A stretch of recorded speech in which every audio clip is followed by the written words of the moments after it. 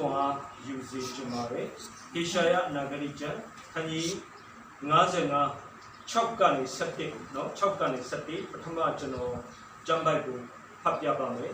တွေ့နိုင်သောကာလတွင်ထာဝရဘုရားကိုရှာကြတော့နီးတော်မူသောကာလတွင်ဆုတောင်းပတ္ထနာပြုကြတော့သို့သောသူသည်မိမိလမ်းကို၎င်းမတရားသောသူသည်မိမိအကြံစီတို့ကို၎င်းစွန့်ပစ်၍ထာဝရဘုရားထံတော်သို့ပြောင်းလဲပါစေတို့ပြုလျင်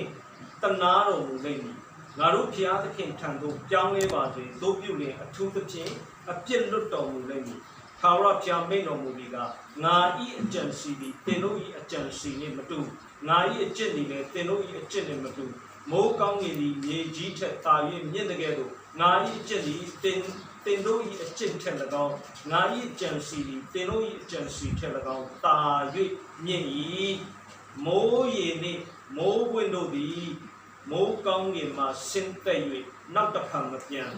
မြေသည်မျိုးစေ့ကျဲသောသူအားမျိုးစေ့ကို၎င်းအစာစားသောသူအားအစာကို၎င်းပေးမိအကြောင်းမြေကိုစိုးစေသဖြင့်အပင်ပေါက်စေ၍အဖီးကိုဖီးစေတကယ်လို့ထိုးအတူငါနှုတ်ကပတ်စကားသည်ဖြတ်လိုက်မည်အကျိုးမရှိဘဲငါထံသို့မပြန်ရငါအလိုပြည့်စုံစေမည်ငါစေခိုင်းသောအမှုအောင်လိမ့်မည်เนาะကျွန်တော်7တိဖတ်သွားပါတယ်ဒါကြောင့်ခုနလူတစ်မျိုးရှိတယ်